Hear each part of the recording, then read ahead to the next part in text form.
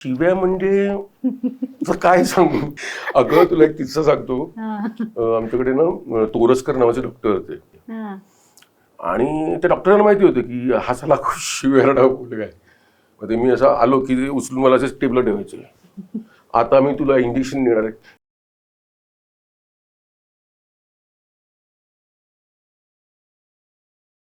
त्याला थोडा आनंद व्हायचा की हा परत मग तो इंजेक्शन वगैरे काढायचा. हे बघ मी थैथयाट शिव्या आणि डॉक्टरला इतका आनंद व्हायचा. त्याला शिव्या ऐकायचा असायच्या माझ्या तोंडून. डेंजर आहे. अरे लिटरली डॉक्टरांना कोण शिव्या ते पण डायरेक्ट. चिंगचॉंग डॉक्टर असायचे ना दात बीत काढणारे. ते एकदा त्याच्याकडे घेऊन गेलो. त्याने माझ्या दाढेला हात घातला. जी लाच घातलाय. कॉमेडी नट ही जे काय तुझ्या सोबत आतापर्यंत आलेलं आहे. मी त्याच्यासाठी आलोय. मी हिरो होण्यासाठी नाही आलेलो इकडे. आणि आता रडतोय मी. मला कॉमेडी नट म्हणून का ओळखतात. एक मुलगी सोडून गेली म्हणून तू एवढा रडतोस. अरे माझा मुलगा आहेस तू. उठ चल. अशा 1000 पोरी पटव. आम्ही एकत्र दारू प्यायचो. त्याच्यामुळेच तर त्यांनी मला बाबा बाबा म्हणायला सुरुवात केली. शाळेमध्ये सत्कार केला. आई बोली ज्या विद्यार्थ्याला तुम्ही संपूर्ण 1ली ते 10वी त्याचा तुम्ही आता सत्कार करताय याला काय अर्थ आहे. आई वडायची अरे मला घाबरतात लालबागमधली लोक आणि तू हे काय करतोय. तू नाटक काम करणार का. म्हटलं हा करणार. 40 रोल आहेत. 40 रोल एका घेतले मी नाही करणार. मी चॅलेंज म्हणून घेतो कारण का माझ्या पाठीमध्ये लालबागचं बळ आहे. कारण तिकडे मी ऑलवेज चांगल्याच फिल्म बघण्याचा प्रयत्न करतो. एखाद दुसऱ्या आदिपुरुष सारखे होतं. 3 दिवस मी रडत होतो. मी जांबुवन करणार होतो त्याच्यामध्ये. सगळ्यात बिझी आर्टिस्ट मी अजूनही आहे. माझे मित्र सांगतात ना अरे मी काल ही फिल्म बघितली रे बायको पाहिली स्टँडवर ना. तुम्ही नट आहात ना किंवा आमच्या आजूबाजूचे त्यांना वाटतं की हा तुला का वाया गेला. माजोरडा आहेस. खूप माज करतोस तू. तुझं कठीण आहे इथे करिअर.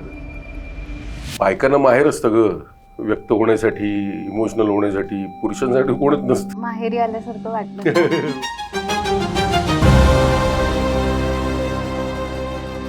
हॅलो दादा. Hello. Welcome to boys talk. Thank you. तुला माहितीये का बॉयज टॉकचा अर्थ काय. हो तर गर्ल्स टॉक असं तसं बॉयज टॉक. आणि मला माहिती नाही तर दुसरं कोणाला माहिती आहे बॉयज टॉकचा अर्थ. अगदीच. अरे यार. So, मुद्दा असा होता की म्हणजे सुरुवात जेव्हा सेगमेंटची केली मी तेव्हा माझ्या डोक्यात असं होतं की कदाचित बॉईज टॉक हे जास्त करून डबल मिनिंग्स बोलणारे मुलं किंवा टवाळक्या करणारी मुलं. आपण मुलांच्या बाबतीत खूप त्यांना इतकं उथळ दाखवलंय की आपण इग्नोरंट होऊन जातो की त्यांना खरंच भावनिक बाजू पण असू शकते. त्यांना पॉलिटिकल मतं पण असू शकतात. त्यांना मैत्रीची भावना किंवा मैत्रीची व्याख्या त्यांच्यासाठी वेगळी असू शकते अपार्ट फ्रॉम धिस. असं एकदा विचार केल्यानंतर जाणवलं की अरे हे काहीतरी असं आहे की जे खुलवण्यासारखं आहे आणि माझ्या समोर येऊन बसणाऱ्या पुरुषांना विचारण्यासारखं आहे. सो म्हणून मग सेगमेंटची सुरुवात झाली आणि समहाव खरंच इट वर्कड. कारण अशा गोष्टी इथे येऊन गेस्ट बोलून जातात की ज्या मला पण खूप नवीन असतात. आमच्या प्रेक्षकांना पण खूप नवीन असतात. त्यामुळे हे करणं खूप गरजेचं होतं. हे अजूनही या मतावर मी आहे की हे खूप मजेदार आहे. हो तेच ना. बायकांना माहेर असतं ग व्यक्त होण्यासाठी इमोशनल होण्यासाठी. पुरुषांसाठी कोणच नसतं. You can consider me your माहेर. येस. मोकळं व्हायला चालू आहे मी आता. हा एपिसोड आपल्यापर्यंत घेऊन येण्याचं श्रेय जातं ॲम्बिशन्स क्लासेस यांना. या क्लासेसचे सर्वेसर्वा कौस्तुभ अत्रे सर यांनी आजवर असंख्य विद्यार्थ्यांना मार्गदर्शन करून कॉमर्सच्या विद्यार्थ्यांचं आयुष्य खरंच सुलभ केलं आहे. जर तुम्हालाही कॉमर्स या क्षेत्रात उत्कृष्ट कामगिरी करायची असेल तर ॲम्बिशन्स क्लासेसना एकदा नक्की भेट द्या. कारण इथे ॲम्बिशन्सना मिळतं योग्य डिरेक्शन. सो हाच झोन असणार आहे आज आपला. आणि असं नाहीये मजा मस्ती नसेल पण आपण थोडासा बॅलन्स साधायचा प्रयत्न करू. मला अजिबात तुला कॉमेडी नट आहेस म्हणून फक्त कॉमेडी कर असं म्हणणार नाहीये मी. तू मारशील मला. कॉमेडी नट हा टॅगच पुसूया आपण आज. सो मला तुझ्या बालपणात जायला आवडेल. सुरुवात कारण आपण जे घडत असतो त्याची सगळ्यात सुरुवात आधी लहानपणापासून आपल्यावर जे संस्कार आपण म्हणतो किंवा आपण ज्या वातावरणात वाढतो किंवा आपल्याला जे एक्सपोजर मिळतं त्याच्यातनं होते. आणि तू लालबागचा आहेस, मी गिरगावची आहे, त्यामुळे बऱ्यापैकी रिलेशन साधारण सिमिलर असू शकतं. फार तर कामगार वर्ग आणि थोडस मध्यम वर्ग असं असू शकतं. पण मी पण चाळीत, अजूनही आमचं चाळीतच घर आहे, त्यामुळे हे हा फॅक्टर तुझ्या आयुष्यात कसा होता, मुंबई फॅक्टर? मुंबई फॅक्टर म्हणजे माझ्यासाठी मुंबई म्हणजे युनिव्हर्सिटीच आहे. म्हणजे मी शाळेत कॉलेजमध्ये जे शिकलो नाही ते मी रस्त्यावर शिकलो आहे, लालबागच्या गल्ल्यांमध्ये शिकलो आहे, गल्ली बोळांमध्ये शिकलो, तिथल्या मैदानांवर शिकलो आहे. चाळीतल्या आमच्या जे 30 घरं असायची एका माळ्यावरती, अशी 4 माळ्यांची आमची मोठी बिल्डिंग होती तांबावाला. अजूनही आहे, माझं घर आहे अजूनही तांबावालामध्ये. काय नाव? तांबावाला बिल्डिंग. हा, आणि नाक्यावरच आहे, मेन रोडलाच आहे अगदी लालबागच्या. आणि सगळा आजूबाजूला सगळा कामगार वर्ग, आणि त्याच्यामध्ये मी जे शिकलो आहे, माझ्या भाषेवरती जे संस्कार झाले तिकडे, माझ्या वागण्यामध्ये संस्कार झाले. इवन आजही ॲक्टिंगमध्ये मला तो इतकं उपयोगी पडतो की कुठल्याही प्रकारची भूमिका असू देत, कितीही एक्स्ट्रीम डीप असलेली भूमिका असू देत, ती मी चॅलेंज म्हणून घेतो. कारण का माझ्या पाठीमागे लालबागचं बळ आहे, कारण तिकडे मी अशी हजारो कॅरेक्टर्स बघितलेली आहेत, रोज रस्त्यावरनं जाताना येताना भेटलेली आहेत, सामोरी आलेली आहेत. आणि ती कुठेतरी इथे सगळी डोक्यात जाऊन बसलेली, ती बाहेर काढायचं असं तर माध्यम आहे माझं. आणि सुदैवाने मला हा प्लॅटफॉर्म मिळाला की जिकडे मी माझी कला दाखवू शकतो. त्यामुळे लालबागचे खूप उपकार आहेत माझ्यावरती. आणि ते चाळीतलं माझं घर, माझी आजी, माझे म्हणजे आईची आई, वडिलांची आई, बाबा म्हणजे माझे आजी आजोबा, पुन्हा. आणि आम्ही जवळजवळ 14 लोक राहायचो एका खोलीत, छोट्याशा खोलीत. हा, म्हणजे एवढीशीच खोली होती आमची, आणि 14 लोक राहायचो. पण इतकी मजा असायची. तुझी जॉईंट फॅमिली असेल? हो, जॉईंट फॅमिलीच होती, आम्ही सगळे एकत्रच राहायचो. कारण एकच खोली ना सगळ्यांची, मुंबईमध्ये खोली एकच. दुसरीकडे जाऊन राहणार कुठे? पप्पा फुटपाथवर झोपायचे, कारण मुंबईत आले तेव्हा त्यांचं घरच नव्हतं, ते गावी राहायचे. मुंबईत आले तर मग ते सकाळी पेपर टाकायचं वगैरे हे करायचे, आणि नाईट स्कूल वगैरे करायचे, आणि फुटपाथवर झोपायचे, खानावळीत जेवायचे. हे त्यांचं वय त्यावेळेला काय होतं? 4थी मध्ये आले. बापरे. म्हणजे आणि कोकणातून आले? कोकणातून आले. आणि लालबागचं घर आहे माझ्या आईचं घर. अच्छा. आईकडे घर होतं, पप्पांकडे घर नव्हतं. आणि मग पप्पांनी लग्न करून मग घर जावई म्हणून मग घरातच आले. आणि मग आईची फॅमिली पण त्यांनी सांभाळली, आणि स्वतःची, आणि पप्पांची फॅमिली म्हणजे स्वतःची खूपच मोठी होती. 4 आत्या, 2 भाऊ, आणि मग ते सगळे आजी आजोबा सगळे आमच्याकडे. मुंबईत आले की आम्हीच एकत्र सगळे 14-15 लोक राहायचो. पण कधी अशी तक्रार नाही वाटली, गर्दी नाही वाटली, कारण तेच लाईफ आहे, तोच आमचा ताजमहल असं मी समजायचो. मी स्वतः शिकायला राजा शिवाजी विद्यालयामध्ये होतो, हिंदू कॉलनीमध्ये. आणि तिकडे पण मुलं शोफर ड्रिव्हर कारने वगैरे यायची, कारण मुंबईतली ती थोडीशी मोठी शाळा होती. पण आम्हाला असं कधीच नाही असूया वाटली. आमच्याकडे सायकल पण नव्हती, पण सायकल हवी असं पण नाही कधी वाटलं, कारण आजूबाजूची मुलं पण तशीच होती आमच्यासारखीच. आमच्याकडे गरिबी नव्हती आमच्या घरात, म्हणजे खाऊन पिऊन आम्ही सुखी होतो. कारण आई पप्पा दोघेही नोकरीला होते. माझी आई शिक्षिका आहे, आणि पप्पा माझे BMC मध्ये A क्लास ऑफिसर होते. त्यामुळे चाळीत असून पण आम्ही तसे बऱ्यापैकी म्हणजे खाऊन पिऊन सुखी होतो. म्हणजे ते म्हणतात ना, there is a difference between श्रीमंती आणि समृद्धी.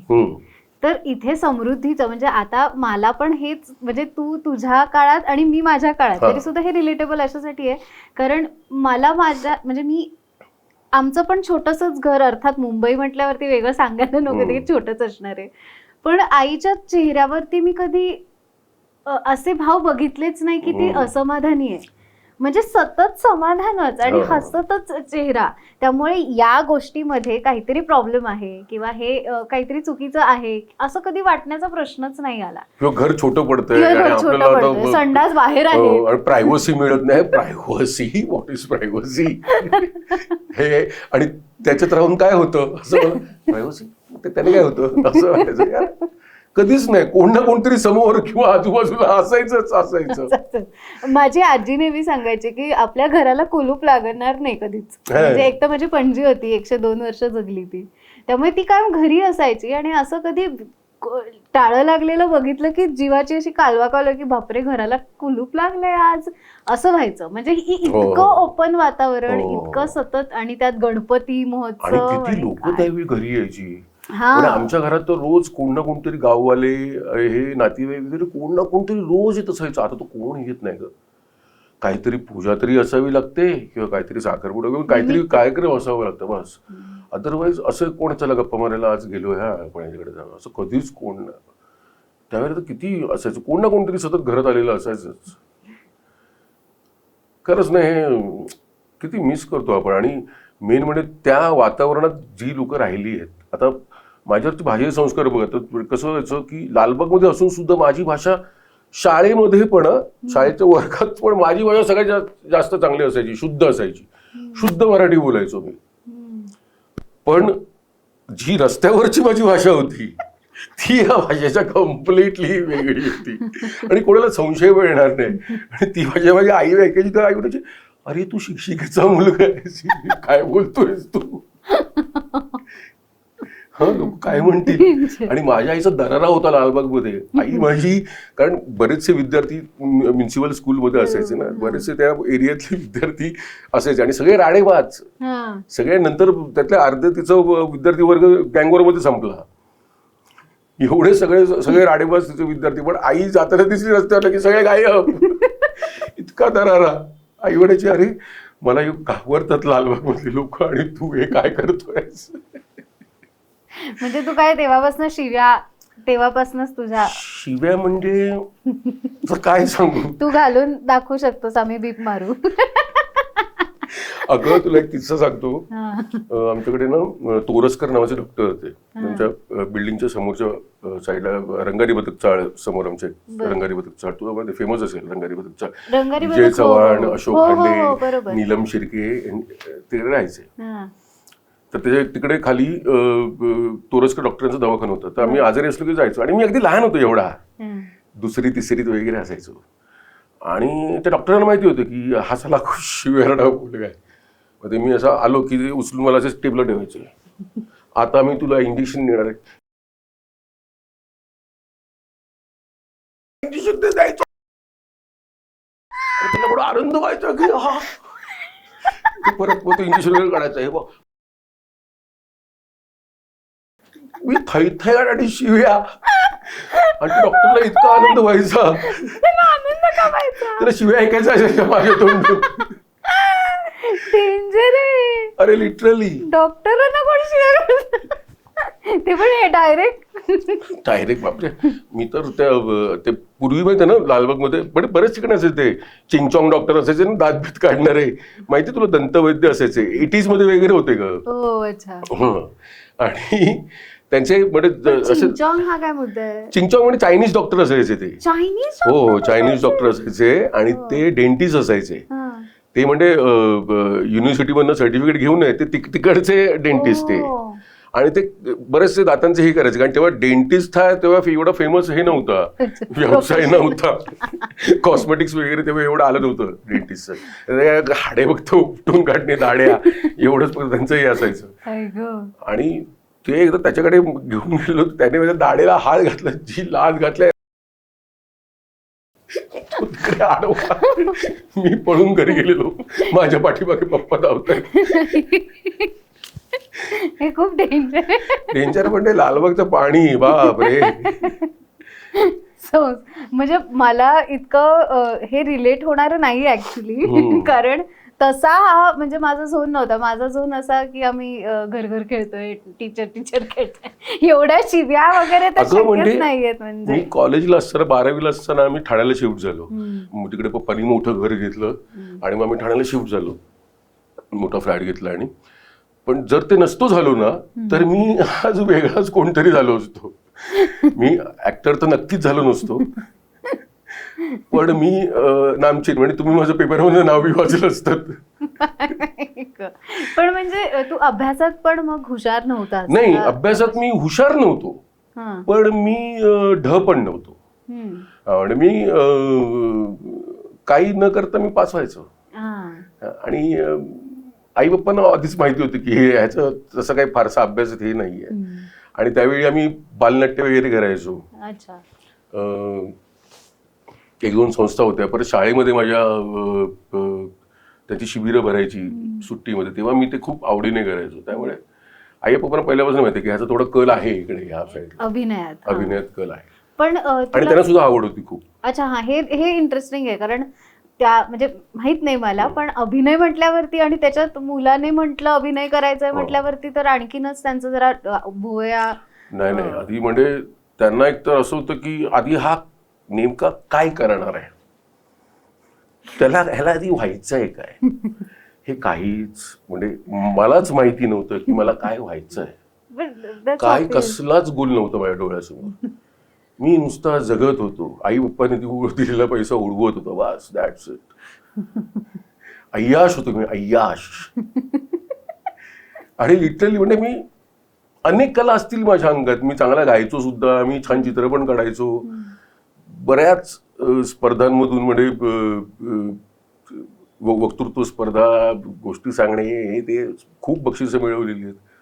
पण काय नेमकं मला काय हवंय, नेमकं काय व्हायचं हे मला माहितीच नव्हतं. आणि मग एकदा आमच्या कॉलेजमध्ये नोटीस लागली की इंटर कॉलेजिएट आहे. तर मग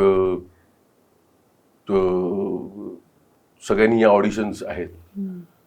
तर मी मित्राला म्हटलं, अरे आपण जाऊया काय, तुला जाऊया, मस्त मस्त पोरी असतात तिकडे, आपण जाऊया. म्हटलं हा, ते असेल तर जाऊया आपण. मग आम्ही गेलो आणि भरपूर मुलं मुली होते. आम्ही बसलो तिकडे. दिग्दर्शक होता, त्याने मग प्रत्येकाला वाचायला दिलं एक पान, वाच वाच वाच वाच. तर मी वाचलं. सगळ्यांना पाठवलं, मला थांबवलं, तू थांब. हां, मग दुसरं पान दिलं, हे पण वाच. मध्ये पण वाचलं. तू नाटकात काम करणार का? म्हटलं हा करणार. 40 रोल आहेत, 40 रोल एका अंकेत. म्हटलं मी नाही करणार, एवढे मला आधी एक तर करू देत. बघ तू करशील, मी करून देतो. तू फक्त कधी हे करू नकोस, म्हणजे खाडा करू नकोस. हा, रोज येत जा. म्हटलं हा, येतो. आणि मग ते केलं, रिहर्सल केली. आणि राहिल्या बाजूला. हा, मग ती मला ती आवडच लागली. कारण मला असं झालं की यार माझं कोणीतरी कौतुक करतंय. अदरवाईज मला तर म्हणजे माझ्या घरचे नाहीत माझ्या, पण पप्पांचे नातेवाईक म्हणा किंवा गाववाले म्हणा किंवा आमच्या आजूबाजूचे, त्यांना वाटत होतं की हा मुलगा वाया गेला, बाबाजी चव्हाणचा मुलगा वाया गेला, ह्याचं काही होऊ शकत नाही, हा काहीही बनू शकत नाही, हा बाबाचा पैसा उडवणार, ह्याला दुसरं काही ह्याच्यात नाही, ह्याला काहीही येत नाही, असंच त्यांचा सगळ्यांचा समज होता. पण माझ्या पप्पांना माहिती होतं की हा काही ना काहीतरी करणार, हा जिकडे जाईल तिकडे हा नाव काढणार, हे त्यांना माहिती होतं. आणि त्यांचा खूप विश्वास माझ्यावरती. त्यांनी मला सांगितलं की, आणि जेव्हा मी त्यांना सांगितलं की पप्पा आता मला हे सापडलंय, आता मला हे करायचं आहे, पप्पा बोलले खोस, बिंदास, काय काळजी करू नकोस. किती इम्पॉर्टंट आहे हे. म्हणजे त्यांना एवढा आनंद झाला की माझ्या मुलाला सापडला गोल. पण त्यांनी तोपर्यंत माझ्यावर कधीही हे केलं नाही की तू काहीतरी बघायला पाहिजेस, काहीतरी कर, काहीतरी हे कर, तू इकडे जा तिकडे जा, कधीच नाही. ते बोलले जोपर्यंत तुला ते सापडत नाही तोपर्यंत तू जग, मस्त मजा कर, कसली काळजी करू नकोस, पण एकदा सापडलं तुला की मात्र मग त्याला सोडू नकोस. आणि हे झालं शाळेत असताना की कॉलेजमध्ये असताना? हे कॉलेजमध्ये असतं. कॉलेज FY ला. मी 12वी पर्यंत मी खालसाला होतो. आणि खालसामध्ये तसं काहीच हे नव्हतं, इंटर कॉलेजिएट वगैरे. त्यामुळे ती 2 वर्ष मी पूर्ण मजाच करण्यात मी घालवली. आणि तुफान ऐश म्हणण्याशी मी अय्याशी म्हणेन मी याला. खूप अय्याशी गेली मी. म्हणून मी कॉलेजला नसायचोच. मी असायचो VTला. Eros, Sterling, New Empire, New Excelsior, Regal. एक पिक्चर संपला की दुसरा पिक्चर संपला, तिसरा पिक्चर, हीच कामं. मग आम्ही ठाण्याला शिफ्ट झालो. आणि मग ठाण्याला आल्यावर मग मला रुईयामध्ये ॲडमिशन हवं होतं. आणि रुईयामध्ये मला मिळत पण होतं. आणि तिकडे नाट्यवलय होतं, मला माहिती होतं. तर माझी बहीण बोलली पप्पा अजिबात त्याला पाठवू नका, हा आधीच एवढा बिघडलेला आहे, रुईयामध्ये गेलं तर आपल्या हाताला लागणार पण नाही. हा पण रुईयाचं असं परसेप्शन असतं तेव्हा लोक आता मरत असतात तिथे जायला. हो, पण तेव्हा तसं म्हणजे म्हणजे अभिनय हातात करिअर taboo, बेस्ड हा. वगैरे असं त्यावेळेला काय असं नव्हतं ना. आणि माझ्या बहिणीला माहित होतं की ह्याला 2 मुलांची संगत लागली की हा अभिनय गेला पुढं, आधी इकडे जाऊया. नवीन वाटा शोधण्यात त्याला खूप रस असतो. त्यावेळेला तुमचे असे हँगआउट पॉइंट्स काही होते का, किंवा तुमचं असं की म्हणजे ते असतं ना की चल सुट्टा मारू, हा जो काही झोन असतो तर तसं तुमचं काय ठरलेलं असायचं, कुठे जायचं तुम्ही? मोस्टली आम्ही Regal, Jahangir art gallery, rhythm house, rhythm house, Jahangir art gallery आणि रिगलचा नाका, हाच आमचा मेन हे होता. रिगलच्या खाली रिगल हाऊस म्हणून त्यांचं रेस्टॉरंट आहे, तिकडे मस्त ड्राफ्ट बिअर मिळायची दुपारची. आहा, आणि चिकन सँडविच आणि ड्राफ्ट बिअर, बस. रिगलला पिक्चर बघायचा, संध्याकाळी गेटवेला फिरायचं, मला बस पकडून विटीला ट्रेन पकडली की ठाणे. एक नंबर, कसला प्लॅन आहे. आमच्या काळात अशी फ्रूट बिअर होती, म्हणजे मी अशी फ्रूट बिअरची म्हणजे कॅन्टीनवाल्या म्हणजे ऑर्डर एका म्हटलं द्यायची गरजच नसायची. मी आले दिसले की तो डायरेक्ट फ्रूट बिअर आणि फ्राईड राईस आणून ठेवायचा. हो, म्हणजे तुम्हाला त्याच्या पलीकडे मी सांगूच शकत नाही. पण मी किती माझं सांगते, मी 11वीत असताना सांगते, तेव्हा मी तेवढीच बचकुंडेगिरीच करू शकत होते. पण मजा होती लाईफ मध्ये, खूप मजा गेली. आणि माझ्या आईवडिलांच्या म्हणजे त्यांनी मला खूप सपोर्ट केला. सगळ्यात आत्ताच्या या सगळ्याचं कन्क्लुजन मला हे वाटते की तुझ्यावरती बाबांनी दाखवलेला विश्वास हा इतका, म्हणजे एक असतं ना की मुलांमध्ये आणि त्यांच्या बापांमध्ये असं खूप कम्युनिकेशन नसतं. नाही, माझे पप्पा माझे बेस्ट फ्रेंड होते. माझ्या ईच अँड एव्हरी गर्लफ्रेंड त्यांना माहिती होत्या. माझ्या सगळ्या ऍक्टिव्हिटीजवर त्यांना लक्ष असायचं. मी सगळे माझे प्रॉब्लेम्स, माझ्या सगळ्या मी जे काय करायचो मी सगळे त्यांच्याशी येऊन बोलायचो. आम्ही खूप गप्पा मारायचो, आम्ही एकत्र दारू प्यायचो. कॉलेजला असताना पण ते मला बसवायचे, मी विस्की पिणार आहे, तू बिअर पी. हा, मग लग्न झाल्यानंतर मग ते आता तू बिअर नको पिऊ, आता विस्की प्यायला सुरुवात कर. असं आम्ही एकत्र बसून दारू प्यायचो आणि आम्ही बेस्ट फ्रेंड होतो. मी असं कधीच झालं नाही की मी पप्पांपासून कुठली गोष्ट लपवून ठेवली आहे. आणि अगदी मित्राप्रमाणे मी गप्पा मारतो. आणि तसंच पप्पांनी मला, आणि माझ्या असं लक्षात आलं की कोणाचेच वडील असं वागत नाहीयेत आणि पप्पा माझ्याशी असं वागतात. एक्झॅक्टली. आणि माझे मित्र पण बघायचे ना, त्याच्यामुळेच तर त्यांनी मला बाबा बाबा म्हणायला सुरुवात केली. ओ, मला ती स्टोरी ऐकायचीच होती की हे बाबा बाबा काय आहे. ऍक्च्युली पप्पा मला बाबा म्हणायचे, बाबा बाबा. कारण आमच्या कोकणात कसं असतं आपल्याला की मुलीला बाय म्हणतात, माझी बाय आली, मुलाला बाबू म्हणतात, बाबू, माझा बाबा इलो, बाबा इलो, माझा बाबू इलो. तर ते बाबा बाबा करत मग सगळे जण मला बाबा म्हणायला लागले. कोकणात तुझं फार म्हणजे त्यावेळेला म्हणजे लहानपण असं सुट्ट्यांमध्ये जायचं असंच होतं का? आणि तेव्हा कोकणाच्या आठवणी तुझ्या काय होत्या? 3 महिने आम्ही सुट्टी पडली की रात्री त्या रात्राडी ती एसटी असायची परेलला, त्याच्यात बसून आम्ही कोकणात आमची रवानगी व्हायची. मग 3 महिने अरे बापरे, रोज ते डोंगर चढ उतर, धाव इकडनं पळ, गुरांच्या मागे लाग, मग गुरु आमच्या मागे लाग, वाळत जाऊन शिशी कर. बापरे, अरे काय ती कोकण म्हणजे बापरे. आणि पप्पानी त्यावेळी इतकी आम्हाला आवड लावली त्याची गावची, की गावी गेलं पाहिजे, हे पण आपलं आहे, हे आपलंच आहे. मुंबईला राहतो ते एक वेळ आपलं नाहीये, पण हे आपलं आहे, ही जमीन आपली आहे. त्यामुळे ते आम्हाला एवढी त्याची सवय लागली की मी आणि माझी बहीण, आम्ही दोघं सुद्धा आमच्या जमिनीवर आम्ही प्रेम करतो. त्यामुळे ती जमीन पण आम्हाला भरपूर समृद्धी देते, पुरवठा देते. तो मला वाटतं कामगार वर्ग आणि मध्यम वर्गाचा डिफरन्स आहे का? मी काहीतरी एक्स्ट्रा बोलत असेल, सॉरी. पण म्हणजे हा जो कनेक्ट गावाशी आहे तर तो कामगार वर्गाचा टिकला आणि मध्यम वर्गाचा टिकला नाही. कारण मध्यम वर्गाने गाव सोडलं. सो आज आता म्हणजे आमची म्हणजे माझं गाव सांगली आहे, पण तिथे काहीच नाहीये. किंवा आईचं गाव देवगड म्हणून तिला माहितीये, पण फार तिथे जाणं असं होत नाही. आणि हे फार वाईट कोकणात- वाटतं आम्हाला या कोकणात गोष्टीचं. कसं झालं, कोकणातला प्रत्येक तरुण हा मुंबईकडेच वळला. त्याने गावी कोण राहिलं नाही शेती करण्यासाठी, कारण मुळातच शेती कमी. कमी एक हो. तर सगळ्या डोंगरामध्ये शेती असल्यामुळे किती शेतीवरती अख्खं वर्ष गुजराण करणं किंवा त्याच्यातनं अपग्रेड होणं खूप कठीण. कठीण त्यामुळे प्रत्येक जण नोकरीसाठी मुंबईकडे वळायला लागला. त्यामुळे गावी कोण असायचे, म्हातारी किंवा जे मुंबईला येऊन राहू शकत नाही अशी लोक, अशी लोकं. मग त्यांच्यासाठी परत यावं लागायचं गावात. मग ते सण साजरे करण्यासाठी गणपती, शिमगा, मे महिन्यातल्या सुट्ट्या, कारण तोच एक दिलस असं, कारण मुंबईत तू राहू शकत नाहीस. राहू शकत. आता विकेंड होमची संकल्पना निघाली आहे, पण ज्यांचं पूर्वीपासून गाव आहे त्यांना विकेंड होम म्हणजे काय आहे, त्यांच्यासाठी ते विकेंड होमच आहे ना गाव त्यांचं. सो मला वाटतं सगळा बोऱ्या विस्तारा उचलून मुंबईत जे आले ते नंतर परत कधी गेलेच नाही, गेले पण नाही. ज्यांची पाळमुळं तरीही तिथे आहेत. पण आता ती ते लोक अजूनही. पस्तावतात. आता ती लोक हो. म्हणतात की यार आम्ही ते गावचं ठेवायला पाहिजे पाहिजे होतं. होतं. आता त्याची हे, कारण तू अखंड काय नाही राहू शकत. मी आता कंटाळलोय. मी आता हार्डली अजून 5 वर्ष मी मुंबईत राहीन, त्यानंतर मी गावी शिफ्ट होणार कायमचा. कारण बस झालं यार, नाही आता ते शक्यच होत नाही मला. मी रस्त्यावर जरी गाडी चालवत असेल तरी माझं डोकं चावतं.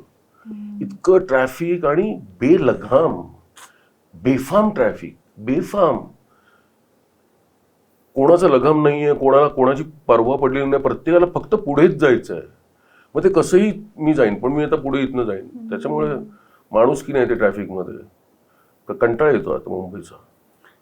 फक्त पैसे कमवण्यासाठी मुंबई आहे. तुमचं एकदा पैसे कमवून इथलं झाला की निघा इथनं. त्या मानाने मग मला पुणे शहर मस्त वाटतं, कारण इथे तसा निवंतपणा आहे. तसं निवंतपणा आहे. आणि लोक कोल्हापूर आहे, हा कोल्हापूर आहे, गोवा. बरोबर. सो तिथे असं आहे की तुमचं काय, तुम्ही जे काय तुमच्या व्याख्या आहेत आयुष्याच्या त्या निदान बरोबर मुंबई. पण परत एकदा सिटीच झाली ना. बरोबर. परत सिमेंटच्या जंगलातून उठून सिमेंटच्या जंगलात झालो आपण. बरोबर. काय वेगळेपणा आहे मग त्याच्यात. तर हा वेगळेपणा आहे की आता बघ ना, आता पनवेलवरनं पुढे आलो की डोंगर दऱ्या दिसायला सुरू होतं, असं वाटतं हा हा चला हे काहीतरी नवीन, काहीतरी डोळ्यानं काहीतरी वेगळा दिलासा मिळाला. आणि तुझं तर माझ्या वेळेला येशील तेव्हा तुला तो फरक कळेल की नाही यार, सिमेंटचे जंगल कठीण आहे, 24 तास बघत राहणं. मी ऑलरेडी तुझ्या वेळेला आल्यासारखीच झाली, कारण मला ऑलरेडी कंटाळा आलाय त्याचा.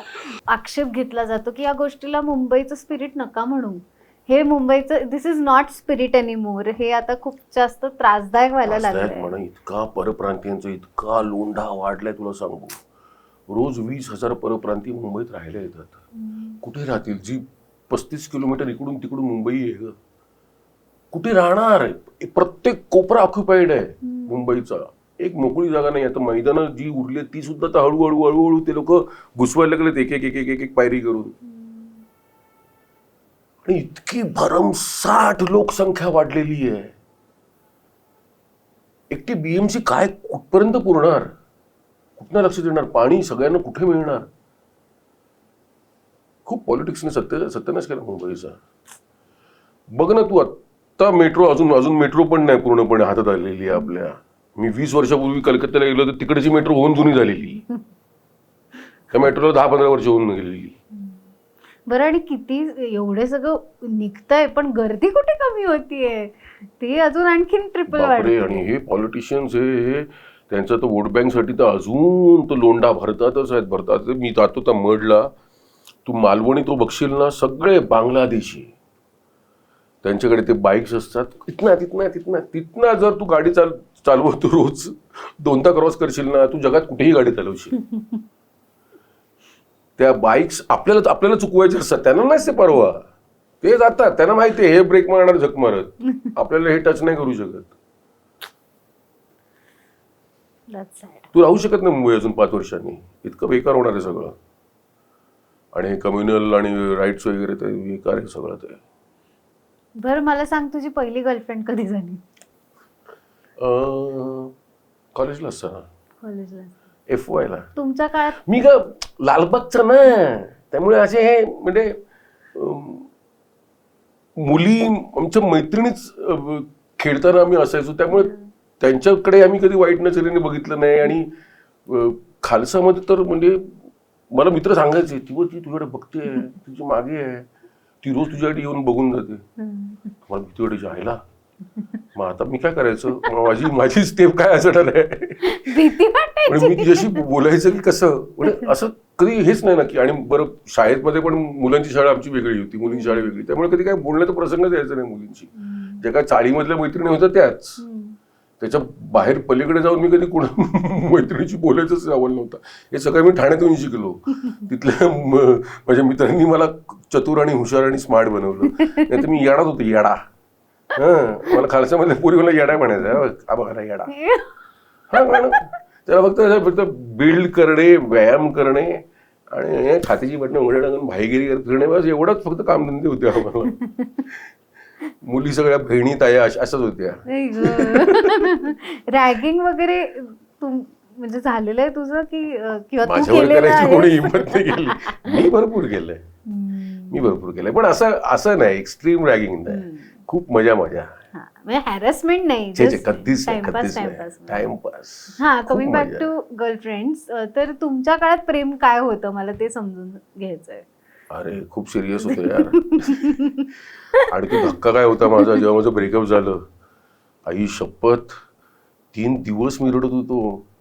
बेडरूम मध्ये माझी उशी अशी भिजायची माझ्या अश्रूंनी. सॉरी, मला हसायला येडा ना, येडा असल्यामुळे.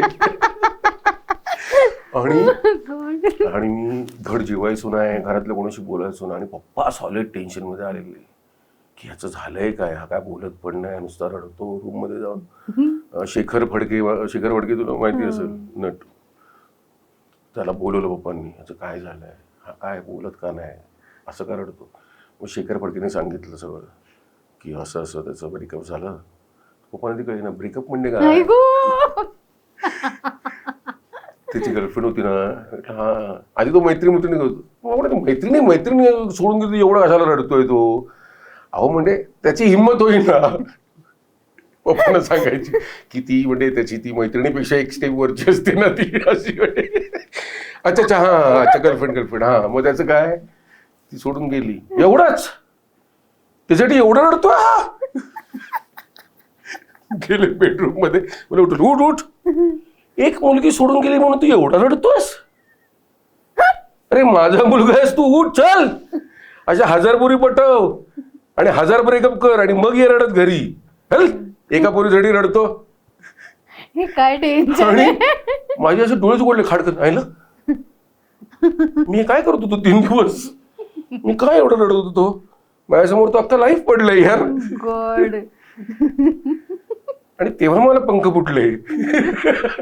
तेव्हा मला दिशा मिळाली, मला आकाश दिसलं की या आकाशात तुला जेब घ्यायची. मला तो हो यार, अनेक क्रांतिकारक क्षण पप्पांनी आणलेत माझ्या लाईफ मध्ये. एक नंबर आहे.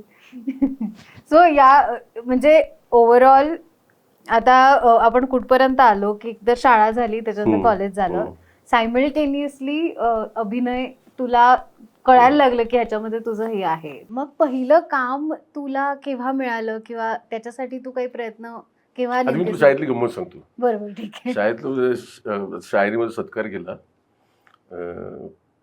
तर आईला मी घेऊन गेलेलो. आई मुली बायको सगळ्यांनी गेलेलो. तर आई एवढी हसत होती सत्काराला. आईने भाषण केलं आमच्या. आई बोली, ज्या विद्यार्थ्याला तुम्ही संपूर्ण 1ली ते 10वी वर्गाबाहेर बसवून ठेवलं, कोणमं उभं केलं, मारलं, आम्हाला पालकसोबत बोलून आमची इज्जत काढली, त्याचा तुम्ही आता सत्कार करताय, याला काय अर्थ आहे. शाळा तर गाजवली आहे मी. पण हे डेंजर आहे. म्हणजे आता ते म्हणजे, आणि इनफॅक्ट म्हणजे हे नेहमी असंच होतं की एखादा लास्ट बेंचर दर शनिवारी पालक सभा असायची ना, तर आईला बोलून रितसर माझी सन्मानासहित इज्जत काढली जायची. आणि आईची पण निघायची त्याच्यामध्ये. आणि आई सांगायची, अहो मी शिक्षिका आहे. काय तुम्ही शिक्षक आहात आणि तुमचा मुलगा बघा इकडे ये. आणि माझी आई आली काय की ज्यांचे जे उपलब्ध नसायच्या शिक्षिका त्या पण यायच्या. अभिजितच्या गेले का, हो ऐका हो तुमच्या अभिजित ना. म्हणजे एक तर मरण ऑलरेडी असायचं, जाऊन घरी गेल्यावर ती मार पडणारच आहे, फक्त त्याची घनता वाढायची. किती डेंजर म्हणजे बापरे, शाळा सुटल्यावर तुम्ही असं हे जर परत याच्याकडे बघणार नाही या गोष्टीकडे. माझ्या शाळेत तर वेगळाच किस्सा होता. मी लावणी गायचे, म्हणजे मला कोणी बोललं तर मी लावणी म्हणजे शिकत होते मी गाणं, त्यामुळे यायची. तर एक माझ्या अशीच पीटीए मीटिंग होती, आई आली होती आणि सगळ्या टीचर्स आईला सांगतात, काय तुमची मुलगी लावणी गाते, काय तुमची मुलगी. तर आई म्हणते, शाळेत घातले का तमाशा पण. सगळे येऊन नसते लावणीबद्दल बोलते, अभ्यासच काय. So, हे इतकं रिलेटेबल आहे. एनिवे, सो हा, तर तू म्हणालास की म्हणजे कॉलेजमध्ये तुझं ऍक्च्युली ऍक्टिंगचं हे सुरू झालं. तर पहिलं काम कोणतं होतं किंवा पहिलं काम मला मिळालं, ती पण एक मोठी गंमत आहे. कारण माझी पहिलीच एकांकिका ज्याच्यामध्ये मी बोललो ना 40 रोल मी केले, आणि पहिल्याच एकांकिकेला मला मेडल मिळालं ऍक्टिंगचं मेडल मिळालं ना. ती जी पहिल्या जी गटात जी हे झालं तेव्हा अतुल परचुरेने ती माझी एकांकिका बघितलेली. तर आणि ती फायनल आल्याचं कळल्यावरती अतुल चिंतामणीच्या नार्वेकर बाई होत्या, लता नार्वेकर, त्यांना आणि वंदना गुप्तेंना घेऊन आला. मला वाटतं रवींद्र नाट्य मंदिरला फायनल होती तिकडे, आणि मला त्यांना थांबवलं. त्यांनी माझी एकांकिका बघितली, मला भेटायला आला अतुल परचुरे आणि मला म्हणाला की मी तुझी आधी पण बघितली, आज मी ह्यांना घेऊन आलो आहे. ह्या लताबाई आहेत नार्वेकर, त्यांचं चारचौघी नाटक आता सुरू आहे, तर त्याच्यात सुनील बर्वेची रिप्लेसमेंट करायची आहे, तर तू करशील का असं त्याने विचारायचं तुला. त्यांनी तुझं तर काम बघितलं. मला विश्वासच बसेना की हे काय चाललंय हे. म्हणजे मी ज्याचं मी स्वप्नातही कधी विचार केला नव्हता की पहिल्याच नाटकात वंदना गुप्तेंबरोबर, दीपा लागून बरोबर, आसावरी जोशी बरोबर, लता नार्वेकरांबरोबर चंद्रकांत कुलकर्णीचं नाटक मला करायला मिळतं. आणि मी आणि सुरू झालं माझं पहिल्या वर्षीच. मी व्यावसायिक नट झालो, पण असा म्हणजे हे कमर्शियलच नाटक, व्यावसायिक मला पैसे मिळायला लागले. शपथ. मी 150-200 शो केले चारचौघीचे. त्याच्यानंतर लगेच मला प्रतिमा कुलकर्णीचं उंच माझं झोका नावाचं नाटक मिळालं, ज्याच्यात रसिका जोशी बरोबर मी काम केलं. स्मिता तळवळकर होत्या. हे खूप भारी आहे. हा, ते सुद्धा लता नार्वेकरांचंच नाटक. प्रतिमा कुलकर्णी ज्यांनी, त्याच्यानंतर मी 3 वर्ष सलग मी मेडल मिळवलं ह्याच्यामध्ये इंटर कॉलेजिएटमध्ये. मी दिग्दर्शन सुद्धा करायचो, दिग्दर्शनाचं पण मेडल मिळालं मला. ऍक्च्युअली मला डिरेक्टर व्हायचं होतं, खूप इच्छा होती माझी, पण कॉलेजमध्ये नट नसल्यामुळे मला नट ऍक्टिंग करावी लागली आणि मला क्लिकच होत गेलं. पण सो आता तुला असं वाटत नाही ना की दिग्दर्शनात खूप वाटतं. पण गंमत अशी आहे ना, मला खूप चान्स पण होता. आणि मला असं नाही की आता मला दिग्दर्शन येतं, आता मी लगेच पिक्चर करेन, इतका मी हे नाहीये. म्हणजे मला त्यासाठी प्रॉपर 3 वर्ष द्यायची आहेत की मी असिस्टंट डिरेक्टर म्हणून. आजही माझी इच्छा आहे ती की मी जर ठरवलं की मला 3 वर्षांनी दिग्दर्शक व्हायचं, तर मी 3 वर्ष ते शिकण्यामध्ये कारण कम्प्लीट मला त्याचं नॉलेज आलं पाहिजे. नुसतं मला फ्रेमिंग करता येते, माझे व्हिज्युअल चांगले आहेत म्हणून मी दिग्दर्शक नाही होऊ शकत. तर ते मला त्याचं, पण माझी फॅमिली रेडी नाही आहे त्याच्यासाठी. ते म्हणते की नाही, तू पैसेच कमवले पाहिजेस, आता तू शिकायचं नाही, आता ते गेलं. त्यामुळे ते स्वप्न आता स्वप्नच आहे माझं. पण ठीक आहे, होईल मला वाटतं. पण असं इतकं स्मूथ जर का झालं असेल, पण मग तुला स्ट्रगल कधी आला की नाही? म्हणजे स्ट्रगल अजूनपर्यंत तरी नाही आला. 30 वर्ष होतील माझ्या. पण हे ऑनेस्टली मान्य करणं पण खूप इम्पॉर्टंट आहे. म्हणजे मी तुला खरं सांगू का, मी 15 दिवसाच्या वर कधी घरी बसलोच नाहीये, कधीच नाही. एका सिरियल मधनं दुसरी सिरियल, दुसऱ्या नाटकातनं तिसरं नाटक, एका फिल्म मधनं दुसऱ्या फिल्म अशा मिळत गेल्या मला. आणि लोक म्हणायचे, अरे तू खूप माजोरडा आहेस, खूप माज करतोस, तुझं कठीण आहे इथले करिअर, असं 30 वर्षापूर्वी म्हणायचे. सगळ्याची तोंड बंद केली आहेत मी. सगळ्यात बिझी आर्टिस्ट मी अजूनही आहे आणि करतोय मी कामं, आणि मी अनेक कामं केलेली आहेत, आणि नुसती क्वांटिटीने मी क्वालिटी कामं पण केलेली आहेत. आणि त्याचा अभिमान आहे मला, कारण मला नटच व्हायचं होतं असं मला वाटतं. मी नटच होणार होतो, आणि अजूनही खूप दाखवायचं आहे माझ्याकडे बाकी आहे, आणि मी खूप दाखवू शकतो आणि मी दाखवेन. आणि आता तर कसं झालं ना, आता कोविड नंतर मला असं वाटायला लागलं की यार नुसता पैसा नाहीच आहे या जगात, समाधान आहे ना.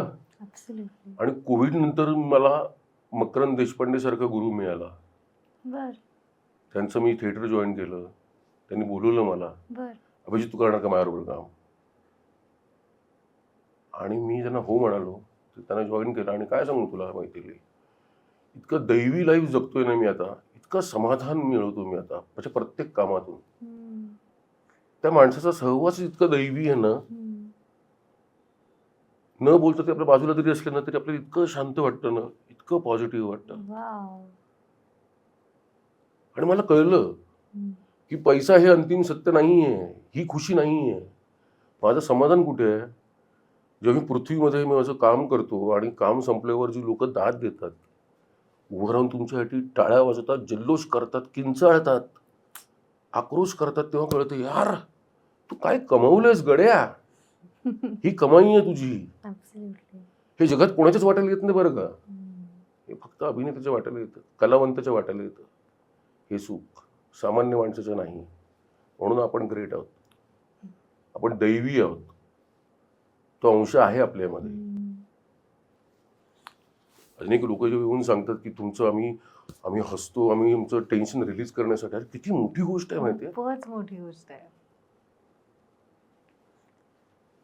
किती सुख देतोय आपण लोकांना. आणि ते देण्याची जबाबदारी देवाने तुमच्या अंगावर टाकली आणि तुम्ही ते आव्हान पेलताय यशस्वीपणे. ह्याच्यासारखी दुसरी चांगली गोष्ट काय अजून.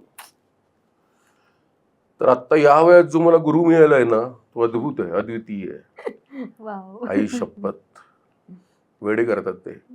त्यांचं काय हे म्हणजे त्यांचे वर्कशॉप्स असतात का? नाही वर्कशॉप नाही. हा. त्यांनी मागे एकदा सरला त्यांचं नाटक त्यांचं हिंदीमध्ये होतं, तर त्यांनी मराठीमध्ये करणार, तेव्हा त्यांनी मला विचारले तू करणार का, 4-5 वर्षापूर्वी. पण तेव्हा मला खूपच वेळ नव्हता, म्हणजे खूपच बिझी होतो मी. आणि मध्यंतरी काय झालं, कोविड नंतर ना मी एकदा मध्ये मी एक चंक केला हास्य जत्राचा. बर. तेव्हा स्किट करताना मला खूप दमायला झालं. हो.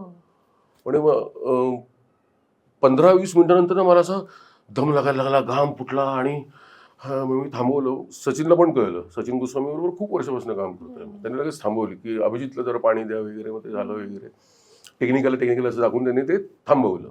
मी पाणी प्यायला आराम केला. मी मनामध्ये विचार करतोय आईला जो उद्या मला 3 अंकी नाटक करायचं जो वेळ आली तर मी कसं उभं राहणार आहे यार, मी काय करू. आणि त्या कश्मकशमध्ये असतानाच आकांक्षा गाडे माझी मैत्रीण आहे चांगली, तिने माझ्याबरोबर आमची असंच सुरेखबाईमध्ये माझी मुलगी होती ती, तर ती त्यांच्याबरोबर काम करते सरांबरोबर. तर ती मला म्हणाली सर एक नवीन नाटक करताय, तुम्ही कराल का? म्हटलं येस आकांक्षा, करायचं आहे मला.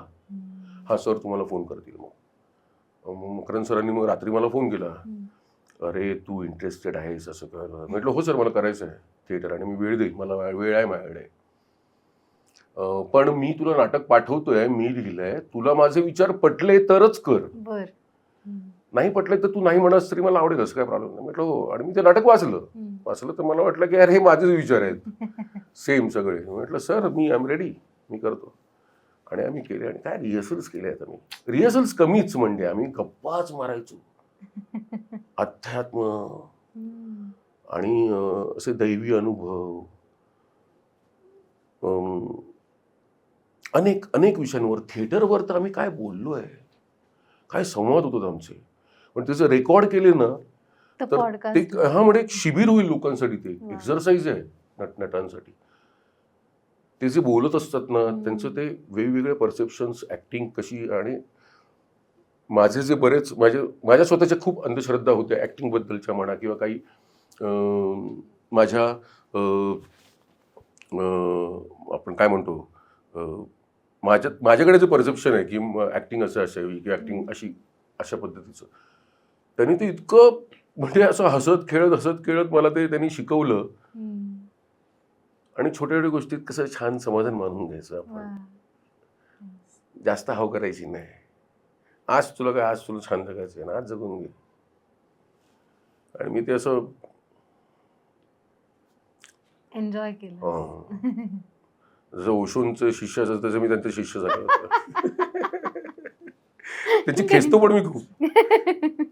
आता पण त्यांना फिल्मसाठी विचारलं ना मी, तर ते आदित्यला फोन करून सांगतात, अरे मी असं काही करत नाही, पण अभिजित ना मला सोडणार नाही रे, त्यामुळे मी करणार तो रोल. आई गं. एक नंबर. सो हे कॉमेडी नट हे जे काय तुझ्या सोबत आतापर्यंत आलेलं आहे, सो हे कसं सुरू झालं म्हणजे? अरे यार, म्हणजे पहिली मी जी सुरुवात केली ना तेव्हा मी Comedy. नाही, मी सगळी गंभीरच भूमिका अच्छा, करायचो. हो बरोबर. नथुराम गोडसे बोलतोय, गांधी आंबेडकर, जी नाटकं मी केली सगळी गंभीर, त्याच्यानंतर सिरियल्स केल्या त्या पण सगळ्या गंभीर. आणि एका क्षणी मला कंटाळा आला गं. 5-6 वर्ष मी ते खूप काम केलं. झीवरच्या बऱ्याच सिरियल केल्या, ETV वरच्या खूप सिरियल्स केल्या, डेली सोप्स. मला कंटाळा आला. मी म्हटलं यार हे काय सारखं सारखं, यार मला कॉमेडी पण येते यार, ते पण बघा ना. माझे 2 मित्र शिरीष लाटकर आणि विजू माने, त्या दोघांना मी घेतलं. म्हटलं साल्यांनो, तुम्ही एवढे मोठे विचारवंत आणि मित्र तडफोडतोय इकडे, फक्त नुसते सिरियसच रोल करतोय, काहीतरी म्हटलं कॉमेडी करा ना, लिहा ना काहीतरी. मग शिरीष लाटकरने एकांकिका लिहिली, केस नंबर 49. म्हणजे एक असा माणूस जो यंग डॅशिंग, आणि त्याला अचानक कळतं की अरे आपले केस पांढरा होत चाललेत, पण आपण आता अंकल होतो की काय, अंकल झालो की काय. आणि त्याच्यावरनं त्याची जी सगळी धावपळ झालेली आहे ती त्या एकांकिकेत होती. आणि कम्प्लीट फार्सिकल बांधलेली बिजूने, आणि प्रेक्षक म्हणे खुर्चीवरून खाली पडून पडून असायची, इतकी सॉलिड ती एकांकिका गाजली. सवाईला वगैरे पण गेली फायनलला ती. आणि ती एकांकिका खूप बोलबाला झाला त्या एकांकिकेचा. आणि ती एकांकिका बघितली ETVच्या, काय दिसं नाव यार विसरलो मी, आपला तो गारवाचा गायक कोण, मिलिंद इंगळे. मिलिंद इंगळेची बायको, अच्छा, काय तिचं नाव, राधिका. नाही राधिका इंगळे जे अंड्याची बायको. इंगळे, नाही माहिती मला. आईला माझी मैत्रीण आहे ती, तिचं नाव घेतलं पाहिजे, रागवेल ती. हे एडिट करा, त्याच्यावरनं पण ती रागवणारच आहे की तू तिचं नाव शोधतोयस मोबाईल आपल्याला. तर तिने ते बघितलं आणि जस्ट कॉमेडी एक्सप्रेस सुरू झालेली, त्याचा एक एपिसोड शूट करून झालेला. तर ती मला म्हणाली की आम्ही कॉमेडी नटाच्या शोधात आहोत, तू करशील का असं असं. तर मी म्हटलं हां, वाय नॉट. आणि लगेच तिने मला विचारलं आणि मी कॉमेडी एक्सप्रेसमध्ये इन झालो. आणि मग 8 वर्ष कॉमेडी एक्सप्रेस केली मी यार. मला आता डायलॉग आठवलाय, बेंचोर वगैरे. बापरे, काय लोकप्रियता होती त्या सिरियलची. एक्झॅक्टली. काय कसं तुम्ही घेतलं ते ती टीमच ना, म्हणजे कसं ना, ती टीमच सगळी एकत्र आली. आशिष पवार, भूषण कडू, मी, प्रदीप पटवर्धन, किशोर चौगुले, कमलाकर सातपुते, समीर चौगुले, सगळे एकत्र आले. आणि ती सिरियल अचानक धरली. सुहास परांजपे, नियती राजवाडे, आई शपथ, अमृता खानविलकर. कसलं म्हणजे त्यांनी असं एकदम भट्टी जमली. पीक आणि काढलाय. सगळे हंगरी लोक आले, भुकेले लोक विनोदासाठी. आणि पंचेस आणि ते लोकांना वेळ लावला त्या सिरियलने. 8 वर्ष आम्ही राज्य केलं टीव्ही वरती. डेंजर.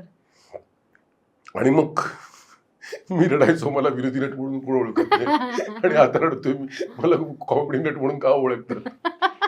मी नुसतं कॉमेडी करत नाही, बट दिस इज, मला वाटतं हीच व्याख्या आहे एक सक्सेस असण्याची पूर्ण, की म्हणजे ज्यात तू उतरतोयस ते एकदम टॉप नॉच करून दाखवतोयस, हेच प्रूव्ह होतंय याच्यात. नाही, पण माझा हा पहिल्यापासून स्वभाव आहे की मी काम घेतलंय ना मी हातात, मग ते मी माझं पूर्ण करणार. आणि मी माझं 100% देतो, 100%. त्याशिवाय मी बाहेर पडतच नाही, कारण मला स्वतःला समाधान मिळालं पाहिजे ना यार.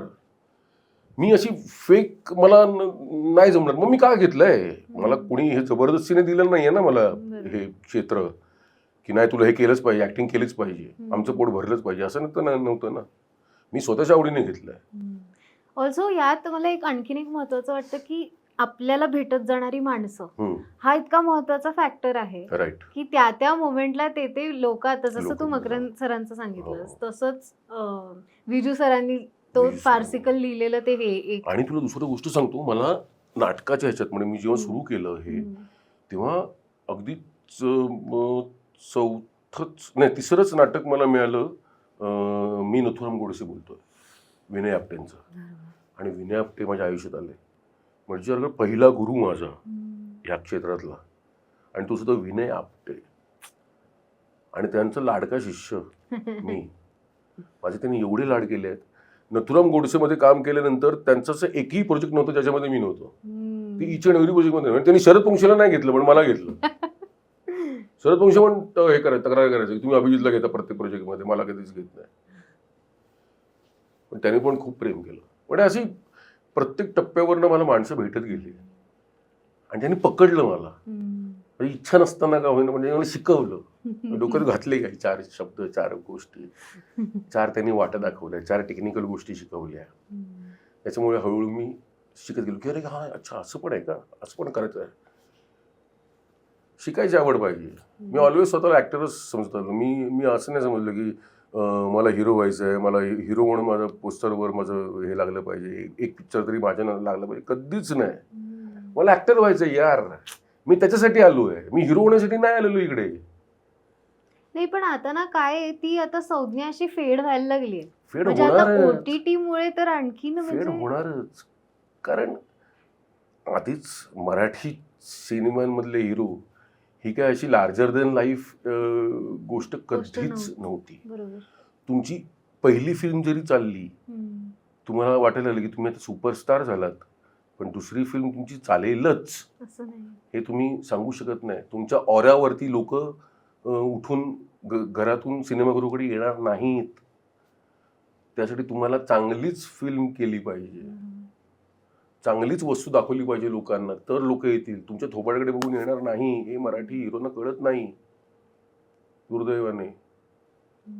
अजूनही ती लोक म्हणजे जर तुमच्याकडे चांगले प्रोड्युसर आहेत, पैसे टाकणारे लोक आहेत, चांगला ब्रेन घ्या ना, चांगली कथावस्तू निवडा, चांगलं साहित्य घ्या आणि त्याच्यावरनं करा ना. लोकांना का नाही येणार लोक? मग नंतर म्हणू नका लोक येत नाहीत सिनेमा बघायला. तुमच्याकडे तुमची स्टोरीज नीट नाही आहे, तुमच्याकडे कथा जी आहे ती इतकी ठिसूळ आहे की ज्याला काही आगापिछा आईबापच नाही आहे.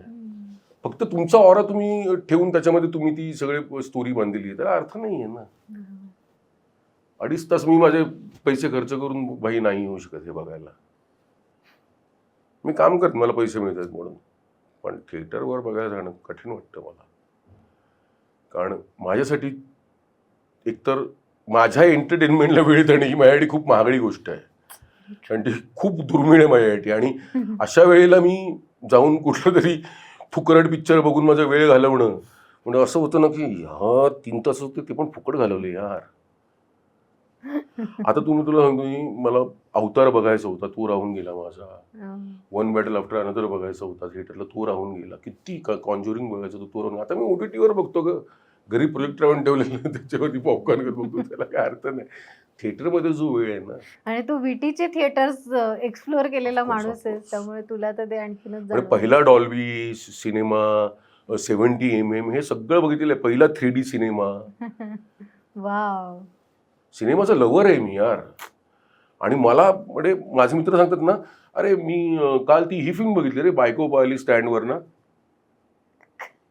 मला असं वाटायचं यार तुम्ही नट आहात ना, मग तुम्ही चांगल्या फिल्म्स बघितल्या पाहिजे. तुम्ही देशी विदेशी फिल्म्स बघा, तुम्ही शोधा फिल्म्स. तुम्ही सांगा यावर्षी गोल्डन ग्लोबचे, ऑस्करचे तुम्ही किती फिल्म्स बघितल्यात, परदेशी फिल्म्स किती बघितल्यात, मामीच्या फिल्म्स किती बघितल्या तुम्ही ज्या फेस्टिवलला होतात त्या. बायको पाहिली स्टँडवरून तुमच्या अभिनयात काही फरक पडणार नाही आहे. उलट तुम्ही चांगलं काम करायचं विसराल असले पिक्चर बघून. तुम्ही चांगल्या फिल्म्स बघा. आणि फिल्म हा माझ्या स्वतःसाठी खूप स्पेशल भाग आहे तो. हा जिव्हाळ्याचा विषय आहे तो माझा. आणि मी ऑलवेज चांगल्याच फिल्म बघण्याचा प्रयत्न करतो. चांगल्याच फिल्म. एखाद दुसऱ्या आदिपुरुष सारखे होतं पण ठीक आहे ते. बायकोला प्रवास आवडतो म्हणून ते बघावं लागतं. बायकोला पण वेळ द्यायचा असतो ना. आई शपथ. आणि हे मी कट नाही करणार. अगं सोशल मीडियावर पण बोलले आधी पुढे. अगं माझ्या मित्राची फिल्म आहे ती. अमोल माझा चांगला मित्र आहे यार, त्याचा डिरेक्टर प्रोड्युसर. आणि काम करणार होतो मी, माहितीये ना, हो. मी जांबुवन करणार होतो त्याच्यामध्ये. आणि कुंफू पांडासारखं त्याला निंजाचं ट्रेनिंग मी घेतलं 1.5 महिना. Oh my God. आधी पुरुषमध्ये. फक्त माझं पैशांवरनं जमलं नाही, कारण 6 महिने त्यांना द्यायचे होते मला, आणि तेवढे त्याचे पैसे मिळत नव्हते तेवढे, म्हणून मग मी म्हटलं नको. This is a breaking news. Yes. आणि पण मला अमोलने परत त्यांच्या ह्याच्यामध्ये घेतलं, इन्स्पेक्टर झेंडेमध्ये. चांगला माणूस आहे आणि दिग्दर्शक पण खूप चांगला आहे. पण एखादा प्रोजेक्ट फसतो, ठीक आहे. हे चालू असताना तुझं पर्सनल लाईफ मध्ये काय घडामोडी घडत होत्या? पर्सनल लाईफ मध्ये माझं लग्न झालं, मला मुली झाल्या 2. इतकं 2 वाक्यात नाहीये संपवण्यासारखं.